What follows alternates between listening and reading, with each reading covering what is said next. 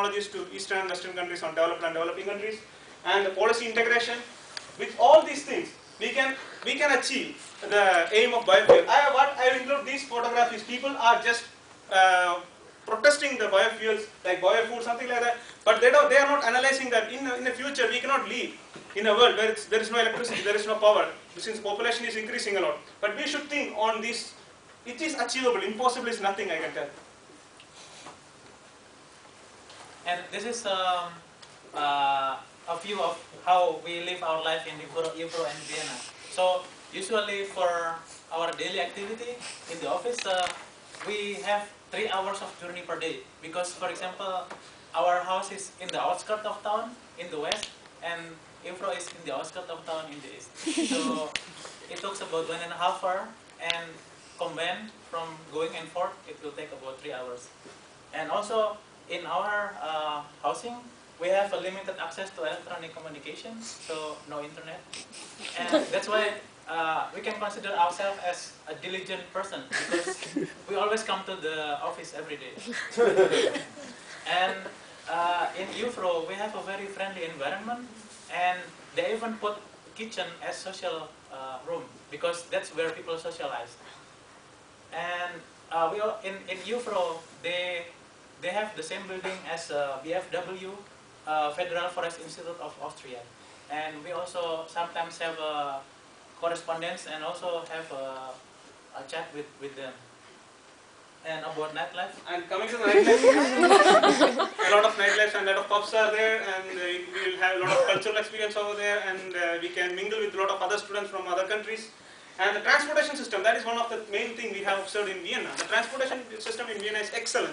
We can go to any place at any time, and there are metros, there are buses at all the times. And easy access to other countries. So we can go to Slovakia, we can go to Switzerland or Slovenia. So it's well networked city. And a lot of places for the sightseeing in Vienna. And we have not enough seen all the places in Vienna. It's very big. And the cost of food, it has got a lot of Turkish food there, so it is cheap there as comparing to this place. Yeah. Especially the vegetables. Yeah. And overall, we have learned a lot during our applied period. Most of our internship program will be a real work that will be provided and will be benefit for the host institution. And then there is an international working environment, so everybody speaks English.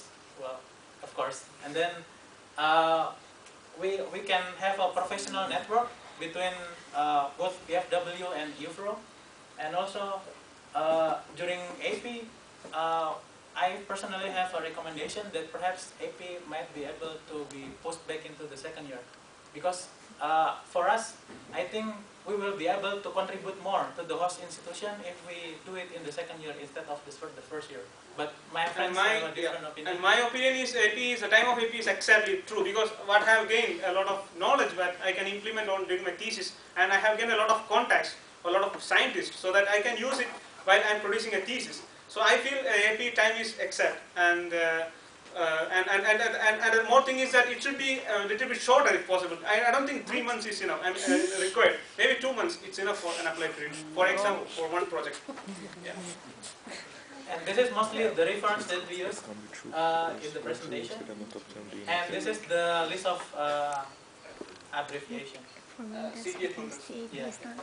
And we would like to thanks for everybody who have made this report and our applied period successful.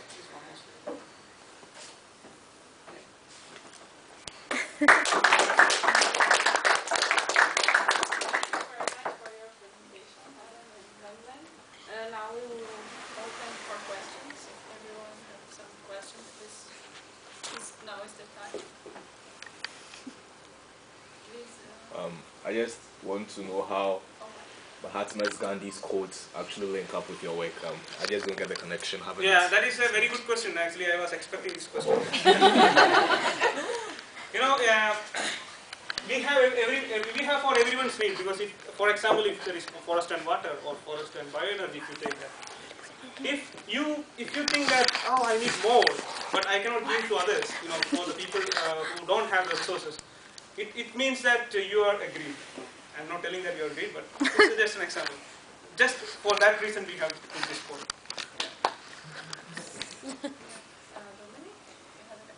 Yeah. I don't know which slide it was. It was something about solutions of Naran's part. Yeah. You had a slide about the biofuel production. Yeah. And was it the total production, the percentage which is used for biofuels? Or? Yeah, the total biofuel contribute to 10.6% of the total energy. No, there was a slide, for example, Brazil produces sugarcane. Yeah. That is the production. That for 27% of the grains produced in United States, 54% of the sugarcane in Brazil, and 47% of vegetable oil in EU. That has been utilized for not as food, but for biofuel production. That is more than 50%. You can see. I mean, except US, Brazil and is almost 50%. It is used for, and what they are doing is they are importing from the developing countries, from the other countries. So they can get the fuels. I mean, for the domestic consumption. This will cause an impact on the developing countries. They don't have the food because a farmer who is having, if they are getting more money while exporting, they will go for that only. You know, they will not think that they will go for, no, I want to serve people like that. No. This is the fact. But there are solutions. Yeah. Related to that. Are you? Yeah, maybe I didn't understand. For example, the second part, the solution short run affect the food security, but long run opportunity for you. This means yeah. In the short run, there will be in a short run there will be a threat to food security. That is, I am accepting that. But see, in a long run, if food prices are increasing, more people will come for agricultural production because there is a more scope, you know, in the agricultural production. They are getting more income for their food. So more people will come in for agricultural production, and this will improve. In the long run, it will give rural development and poverty alleviation in the long run. Don't mistake between short run and long run. Now you got? Yeah. And Robert. Well, it's more of, the first question I have is more what Dominic has asked, but I think you are grossly misleading us. Because you can't tell us that if, for example, Kenya, the farmers there, the food they grow, they export to, say, EU, for instance, to use in welfare production. And we assume that all the poor, least developed countries produce food and export to wherever to be used for biofuel. I don't see how that alleviates poverty in the long run. Maybe you need to substitute. Yeah, I will tell you. Nowadays, how many people in your country are moving for the agricultural production? Very less. Very less. In a long run, if the agriculture prices are increased, do you think that the people moving for agriculture sector will increase? Only if you have agro land, and land does not increase. Not land, I am telling. Because land is a factor. See, the more people will go for agriculture, so that means the production will increase. Not more people will go for agriculture.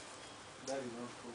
No, how can you tell that it's not true? Because it has been proved here. That is, it's not my sentence. It's from FAO. You need to note that, but I also know FAO, so I don't agree whether it's cited or not. Okay. Second question. On your analysis of strength weaknesses, you are mentioning something to do with co-funding. Yeah. You are giving voluntary contribution as a strength. Yeah. As a strength of UFRO. Then the other side, you identify co-funding as a weakness. How does the two relate? If you say voluntary independent voluntary contributions, and again I say they have a problem with co-funding. Yeah. Voluntary contribution means the voluntary contribution is a strength for UFRO. In a sense, the scientists are contributing voluntarily, so UFRO is not paying to the scientist. So that I consider as a strength of UFRO. But you mentioned that because of that, the scientists also tend to move away, like the scientists like me will not go. Yeah, that is true. But you can say that it's a double-edged sword. So in terms, it will benefit for UFRO, but sometimes if the scientists are not interested in UFRO at all, then he will leave. And coming to the core funding. The core funding is that the core funding from other organizations, sometimes they are not, sometimes they have to renew the core funding contract. So sometimes it considered as a weakness because they cannot tell that I have a project for 5 years. No, because every year they have to renew their contract. We have time for one more question. I have small comments on your solution that already mentioned by Dominic earlier.